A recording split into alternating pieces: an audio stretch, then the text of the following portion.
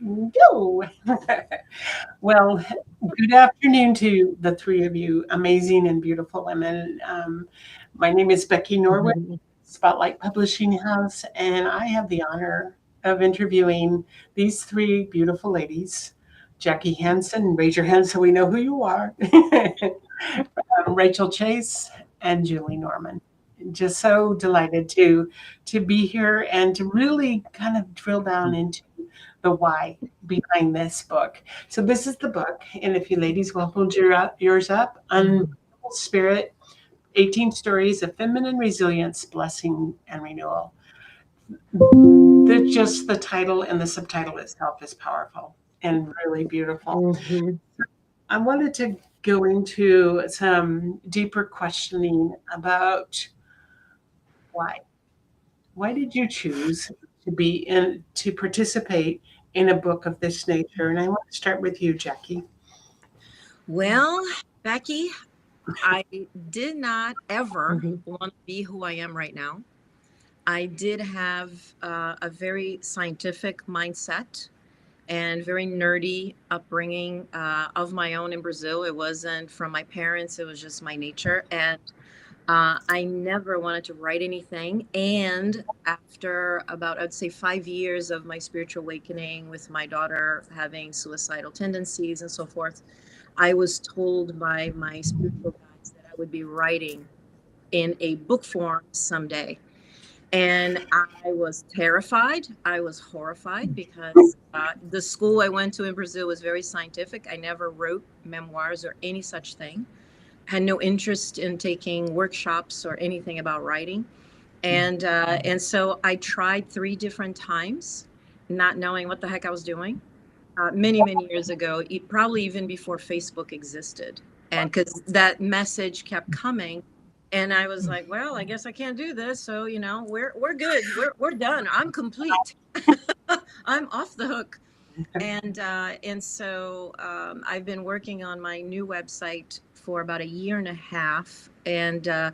So I saw Laura, Cornell, and I hadn't seen her. She was my very first online mentor, yoga instructor, business owner, mentor 12 years ago when I started here in New Cumberland in this exact building. And that's when online classes didn't exist. So she was just like this miraculous muse that came to help me and teach me. And, it was just an amazing experience. And I saw her doing a live on Facebook. And the moment that I witnessed, so out of pretty much years, decades of resistance, now I recognize and I say, hi, resistance, there you are, and goodbye, resistance, because I am here now. And so I immediately called her. She was reaching out, doing a live, welcoming women that had a story to tell that was uplifting, and, all of that. And so I immediately made an appointment with her, and a few days later, I was in the program. How beautiful. Thank you. And how about for you, Julie? For me? Yes. Yeah, it's a little bit, the sound's a little bit off.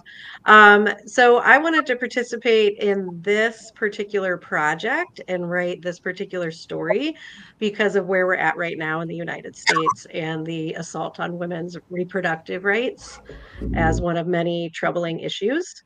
So this has been a part of my story. I've written prolifically about my eating disorder recovery and other aspects of my life. I've self-published 2 poetry books. And I have a book a third of the way done about body karma healing, which is my main work in the world. But when this came up, I was inspired to be a part of it because it felt like the right place for this particular story at this particular time, to have this container with all these other women and to bring forth this story at a time, where women are being incarcerated for miscarriages. It's really important to talk about these things. Absolutely. Very much so. And thank you. Thank you for doing that part of this. And Rachel. Thank you, Becky. Thanks for having us. Thank you for sharing, Jackie and Julie. Oh my gosh, it's so inspiring. So I had this vision a few years ago of possibly gathering women together and writing a collaborative book of stories that I was going to call Goddess Stories. And so I was like, that's just such a great idea to have all these women collaboratively write something together. And now I'm the type of person, I'm very creative. I'm an artist, I'm a performer, as well as a healer and counselor and all these different things. So I get a ton of ideas all the time. I call it the idea sphere. So that went just sort of in my idea sphere of like, maybe that's something I could do one day. I'm like, I put the word out to a couple girlfriends, like, maybe this will catch on. And they said, well, that sounds really cool, Rachel, but I don't know if I have the time. And I'm thinking, do I have the time? I don't know if I have the time and energy for that's a big project. And I'm also a writer. And so I just kind of just continued writing and thinking, well, maybe I'll write a memoir sometime, or I don't know how this is going to pan out, but fast forward to this spring. And I've been on Laura Cornell's email list for years and years. And I opened this email and it was a PS. I still have room for more. I didn't even know she was doing another anthology. And because I was kind of out of the loop with what she'd been doing. And I just thought, I'm going to open this email. And there it was. PS, I still have some room for a few more authors in the new anthology, Unbreakable Spirit. And I went, oh my God. And she described it as this collaborative thing with these other women. And I'm all about that. So that was it. I said, this is it. I'm doing it. It was a big fat yes. So that's why I chose to do this. Yeah. Rachel, your chapter was Protection from the Goddess, How My Soul Gives Me Out of a Chasm of Grief and Shame. And it's in chapter 10. And your quote, I wrote it down, but I need my focus here. Okay. My creative spirit awakens again. Reiki, meditation, art making, and yoga practice help me to find my intuition and trust in myself. Now I can be adventurous in a grounded way. Now I can see and follow the universe's clue on a path to wholeness. Talk about your chapter and the story behind the story. So I will riff off of that quote then, because now I could be adventurous in a grounded way means, well, for many, many years, I was running from my demons, right? I was very ungrounded because I didn't have that center of safety and foundation inside of me where I felt connected and supported and safe in life. I had a lot of, let's just say, complex trauma upon trauma. And that led me to just feel a lot of grief and a lot of guilt and a lot of shame. I lost someone when I was very young that meant a lot to me in my early 20s, after I had been trying to like figure out this world after leaving a cult when I was 12 years old. My parents got into before I was born. We finally got out when I was 12. And then it was like, well, now what? Who are we? What is real? What is life? And so I just kind of was tumbling along for a long time after that, trying to find the ground beneath my feet. And I crash landed many times. Substance abuse, a lot of drinking and drugs just to kind of escape the pain, essentially, and one day it was close. I almost died. There were definitely some instances where major wake-up calls were happening and life was like, it's up to you.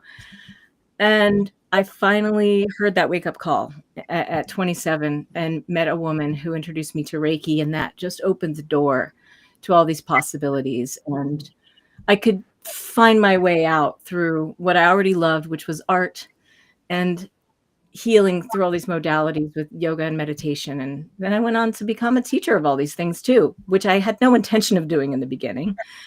But I'm so grateful that I did, because as I heal others. Others heal in my presence. I don't heal them, they heal themselves. And we all get healed in the process. So that's kind of the nutshell, and I'm really grateful. So thank you. You really had to make a choice, didn't you?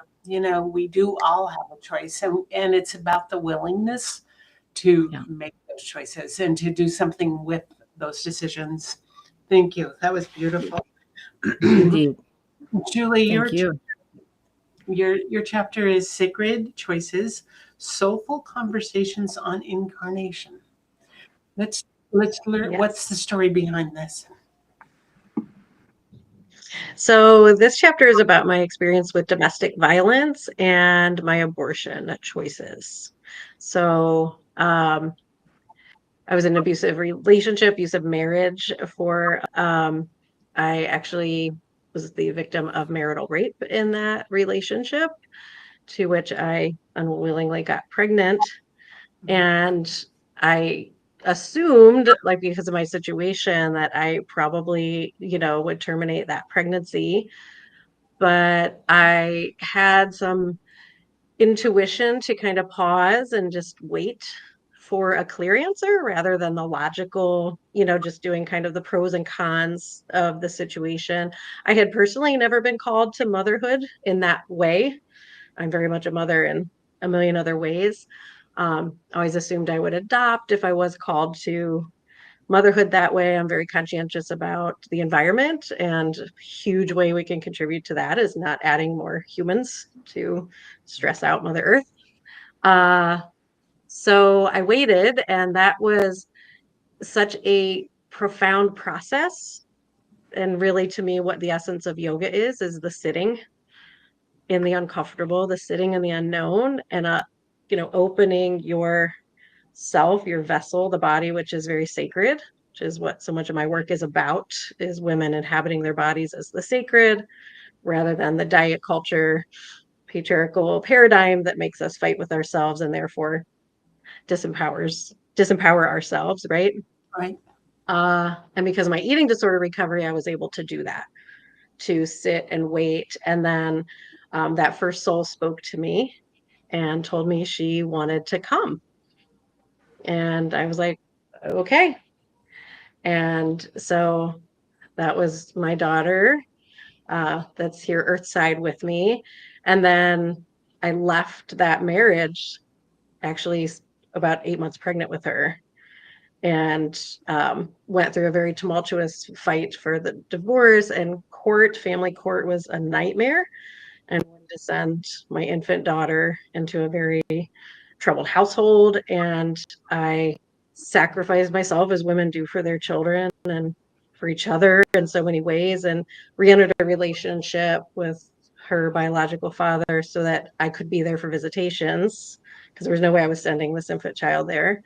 Um, and another assault happened. I ended up pregnant again, and knew to go into that same process and just wait and see what their choice was. And she chose to, or they, because they didn't come into physical form and identify their particular gender. They said, we're going to hang back and support the both of you from the other side, and that they just didn't need this human experience right now. And so I did a medicinal abortion with that pregnancy, which actually was a profound spiritual experience. And yeah, it's informed so much of my life. It has empowered, my earthside daughter and myself in numerous ways. That soul is one of my main guides, along with a herd of horses, but that's another story. It's powerful. And to me, it's really important to step back and look at pregnancy and reproduction as more than physiological. I feel like we're trying to have these conversations when it's grown adults to talk about spirit and soul and whatever, but then there's this, especially in certain faith traditions, then there's this like, oh no, da, da, da, this group of cells is a human. It's not. Science has proven that. There's no heartbeat at whatever many days. That's electrical currents of nerves, right? um, and be open to that essence, that being making that choice, and preparing ourselves through our spiritual practice to be an open conduit and receive the message, just like being conduits of the divine, because we are.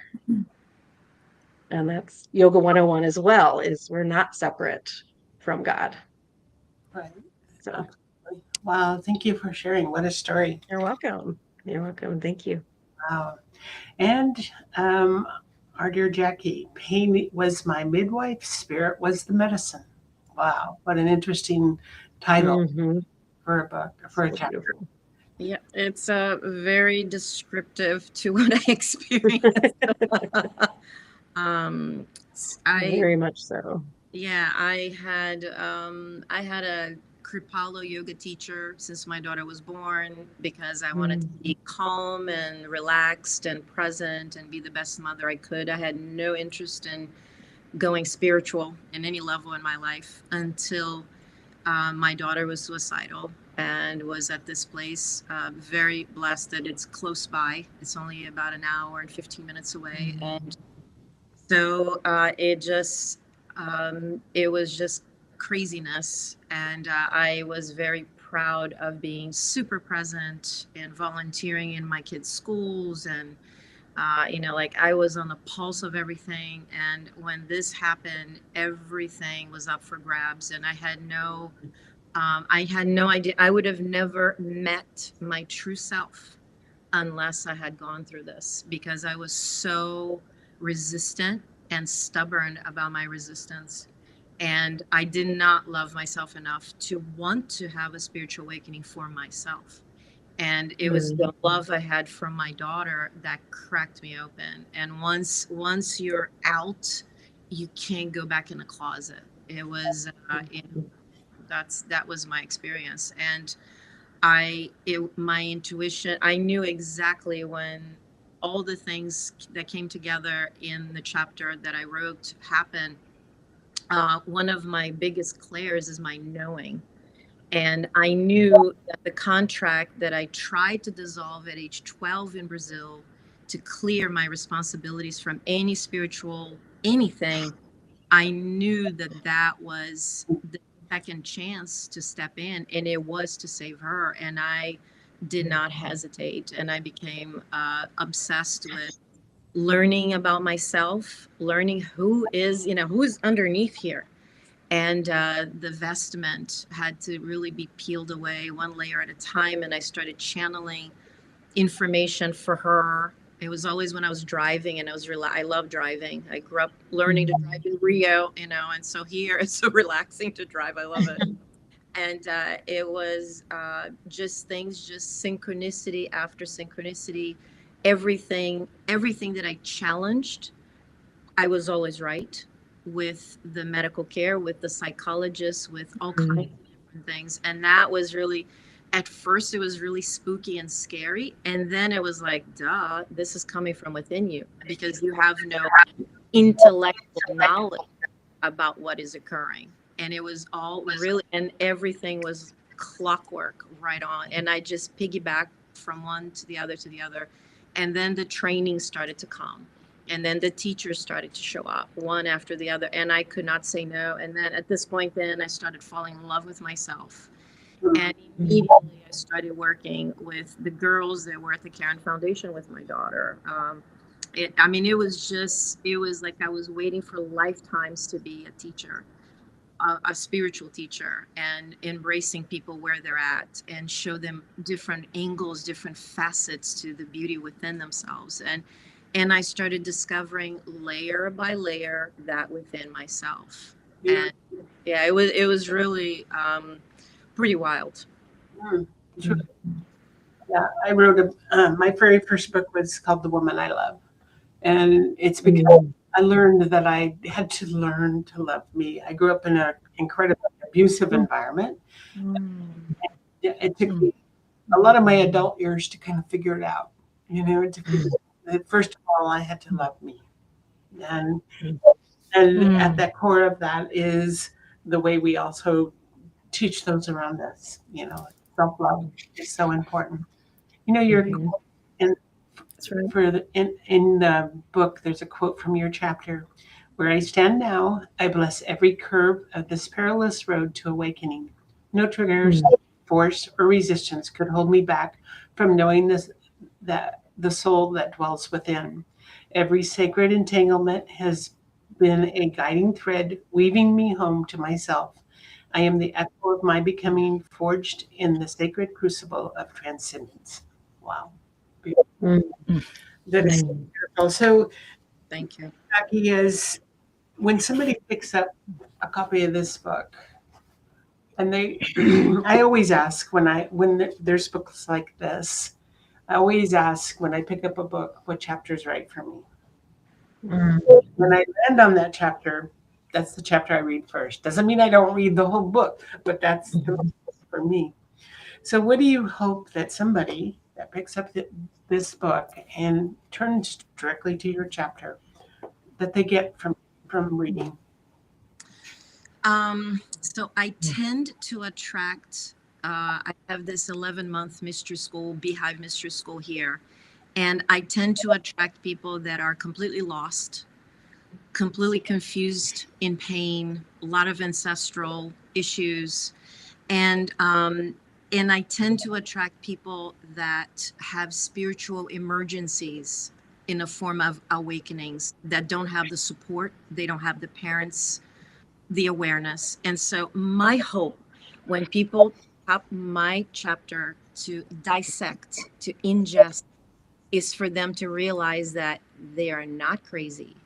They are not off. There is this beautiful portal, a gateway for them to enter, to bless themselves with the knowledge of who they truly are, and that we are all deserving of healing of all forms. And it is here for the taking. That is my hope, because I I am a complete, like, every time that I see that I'm wrong, it's a blessing, because I was wrong about technology. I hated technology. I couldn't do technology, and I'm just finished a 1.5 year process of creating a brand new website. I mean, that is just like, and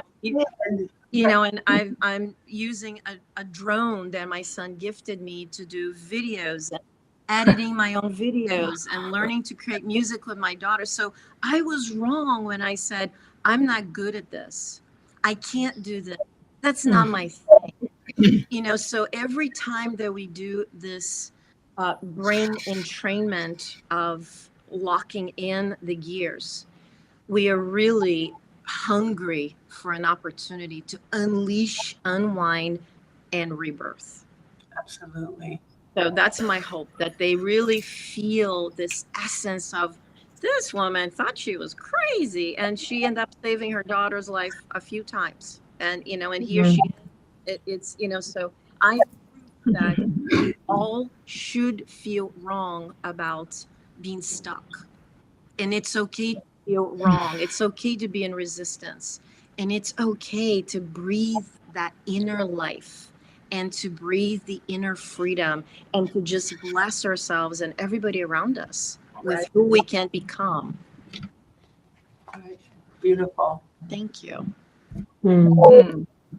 Same question for you, Rachel. So it's sort of two things. One is there is hope to heal the wounded heart. You can heal a wounded heart, no matter how wounded you think you are. It can be healed. There are so many ways. You can get trapped thinking that it's impossible. I'm a lost cause. There's no way for me to move out of this pain. It's not going to happen for me. There's no help out there for me. We can give up when we get in that state. So that's the first piece. Yeah. And the second piece is, when you do that, you find out that you have a purpose. You actually have a reason to be here. I call it our divine destiny. And it's to heal your stuff and share it. Whatever gifts you discover in the learning process of how you healed yourself, you get to share that with others. And that's how we heal this broken world. So that is what I hope people take away from my chapter. Thank you. Thank you. And Thank you. Beautiful. So beautiful, both of you. Oh, I want to marinate in that for a moment. Of your responses. Mm. Mm. And So I hope readers receive the courage to be fully embodied, especially women, and heal their relationship with their bodies so that they can operate as vessels of the divine. And there's that, like, what feels like more that woo woo level, right? And that individual that's so important and vital, in the foundation, like Rachel said, but also to be boots on the ground in like the the freeing of others as well.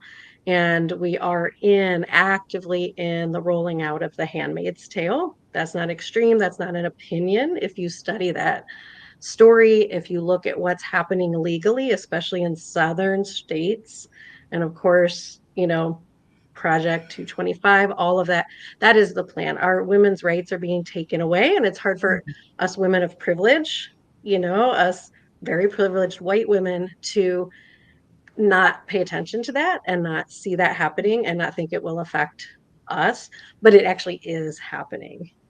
And so that's very important. Again, putting myself out there. My abuser may read this story. I'm taking a huge risk putting this out there. He didn't know about that second pregnancy because it's none of his business. The woman's body and womb is to be that vessel, and the choice is more than about even just family planning. It is to honor, the interconnectedness of all souls. It is like as yoga gets. But we have to do the on the ground stuff and the not fun, glamorous stuff, and fight the good fight on in the realm that we're operating in, right? We can't just sit on our meditation cushions. So I encourage people to follow Abortion Every Day by Jessica Valenti, because you will see actively that every day there are court cases against women flushing blood clots down the toilet, whether it's a heavy period. I mean, being arrested for natural bodily functions. And yeah, I mean, it's a big deal. We've got all the ICE stuff on there, on TV, and people, immigrants are being rounded up, and that's horrific. And women's rights are actively being stripped away. And if you think it will stop at their reproductive rights, you're wrong. You know, you're wrong. And everybody's safety runs out at some point, unless you're a white male. So, right, rich white male. So, let's get practical. Let's get off our own meditation cushions, and yes, vibrationally and energetically, but we have to do the embodied work as well and really show up, have the uncomfortable conversations, Right. speak it. Even Laura and I, had a challenge here, and we'll pull my chapter, but it's reality. There's no such thing as not political when you're talking about women. There's nothing more political than a book about women's stories and healing. Right. Life is political. So I hope to activate people, to make people aware of, how crucial this is right now, so that our daughters have the same choices we've had. Beautiful. Thank you. Thank you. In the book that our editor, Hyla, was shared some really interesting words. It says, "We are women writing our stories. We are catalysts for each other's growth.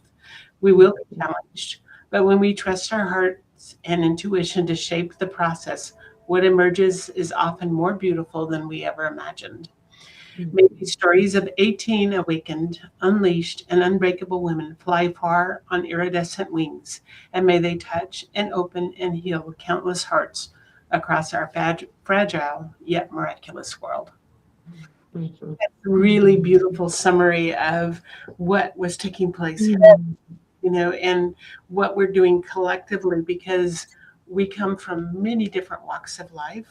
We come from many different life experiences, yet we come from the human experience. Mm-hmm. And the fact that we are able to be open and vulnerable and raw in sharing our stories, and that we have the courage to take these stories out to the world. Mm-hmm. My goodness, the ripple effect that is taking place, because I don't think these kind of things happened years and years and years ago. This is the first time in history that collectively, many women in many different ways are bringing their stories to the world. And that these stories are the stories that will fall into the hands of those who really are needing them. And that's what the Yes. whole essence of this is all about. And so I celebrate Yes. each one of us. I celebrate the fact that we have the wisdom, the foresight, the unbreakable spirit that is needed to bring these messages. And we, as women, we have a lot of the power behind what it takes to really transform our world. And women are the ones that will do it. You know, that's what it is. Stories is medicine. Ask this on every interview. Julie, what is stories as medicine to you?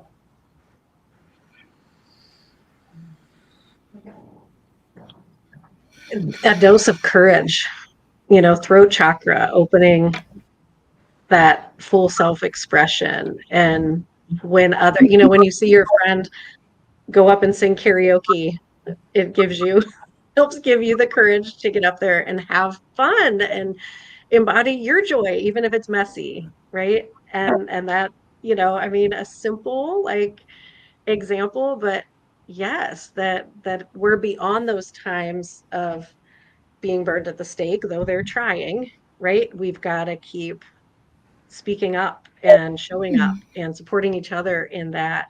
So it's that medicine of Shakti, the divine feminine creative life force. Because you said it. We are not that we need the workload, but here we are. I mean, the feminine energy leads, right? And we have that masculine energy too. It's awesome, but women too much lead from their masculine, and we need to lead from our feminine and ask our divine feminine to masculine to back it up. And when you have that inspiration to write a story, like Jackie was saying, it's hard to get that masculine energy to come in and get you to put pen to paper and make it happen. But it's while this is a divine feminine project, it really, Laura helped us step into that masculine energy of actually bringing it into form, right? From all our inspirations and wisdom, just, percolating within, we stepped into also our divine masculine energy. So union, it's so many things. I apologize, a little long-winded, but go. It's the balance. It's the balance that we need. Yes. How about you, Jackie? Stories as medicine. So when I attended my mystery schools, I did one in California and one in Massachusetts many, many years ago. And I didn't understand that storytelling can be medicine, that our struggles, our pain. So it was literally, I was so in my distorted masculine, as Julie was saying, my whole life, I was in my distorted masculine. And when I attended all these programs, they're only for women, it was the first time that I ever really surrendered to my feminine, and I started trusting my feminine. And so the stories that the facilitators and different people would share, it changed my personality, it changed my understanding of who I was, and I started understanding the power of story, of sharing. And it's funny how the lights are just blinking over here as I'm talking about the power of the medicine, right? And so I facilitated red tents in my home when my home was my studio, and it's a gathering for women and storytelling, and weirdly enough, in the mystery school, this program I have, and I have men. I don't know that many mystery schools long term like this. I have men too, but I've always had men that wanted to work with me because I learned to balance and honor my masculine so much that men were very comfortable being vulnerable with me. And so, okay, let's do this together, because they have to heal too, right? It's not just women that need to heal, it's men too. And so I started learning how my challenges, my stories were coming in and pouring like this soothing balm into their hearts, into their distorted lives, into their pain and the wounds they were carrying from. I interestingly enough, I attract a lot of people that have religious, outrageous traumas. And so it was very, I never imagined in my life that my personal outrage with crazy things happen in my life could serve to be the silver lining for so many people that work with me. It can be even in my yoga classes. It can be with one-on-one clients. It's all in, and I just surrender to, it's okay for me to be this vulnerable. It's okay. And I, of course, set boundaries with myself and what I say. But it's absolutely miraculous how the word, the kindness, the balance within, pouring, that compassion really is true medicine for people. Very much. Thank you. Thank you. Thank you. Amen, sisters. Amen. All of the above. And so it makes me think of being validated, breaking through fear of speaking. So many women have been told to sit down, look pretty, and don't say anything. Stop crying. Look pretty. All those conditioning responses, right? That we carry out in our lives, and they, end up in our adult relationships. And then when we sit and we hold space with each other for sharing just what happened to you, just answering what happened, what was that? It's like permission, finally. And then we learn how to give that permission to ourselves. And that is powerful medicine, to say, oh, what I have to say matters. You actually care what I'm going to say. You don't care if it's ugly and I cry and I get upset and I scream about it, or, it's in our bodies and we got to get it out. And that's what we do with somatic healing and processing, all that good stuff. It looks weird and crazy and wild, but boy, it's the catharsis. So for me, story as medicine is a catharsis, a release of all that emotional energy we need to express and be seen and validated around. Absolutely beautiful. Yeah. Thank you. Yeah. Thank you, ladies, for this beautiful time together. We could go on, and I wish we could. In the last quote on the back of the book, in this beautiful collaboration of feminine blessings, it's the most urgent message for all of us to stand our ground amidst all pleasure and pain. From Mark. So beautiful. Thank you. Becky, thank you. Thank you for being our fearless publisher. It's been an absolute pleasure to work with you. Thank you. Yeah, and thank you so much, Goddesses. It's lovely to be here with you both. Beautiful.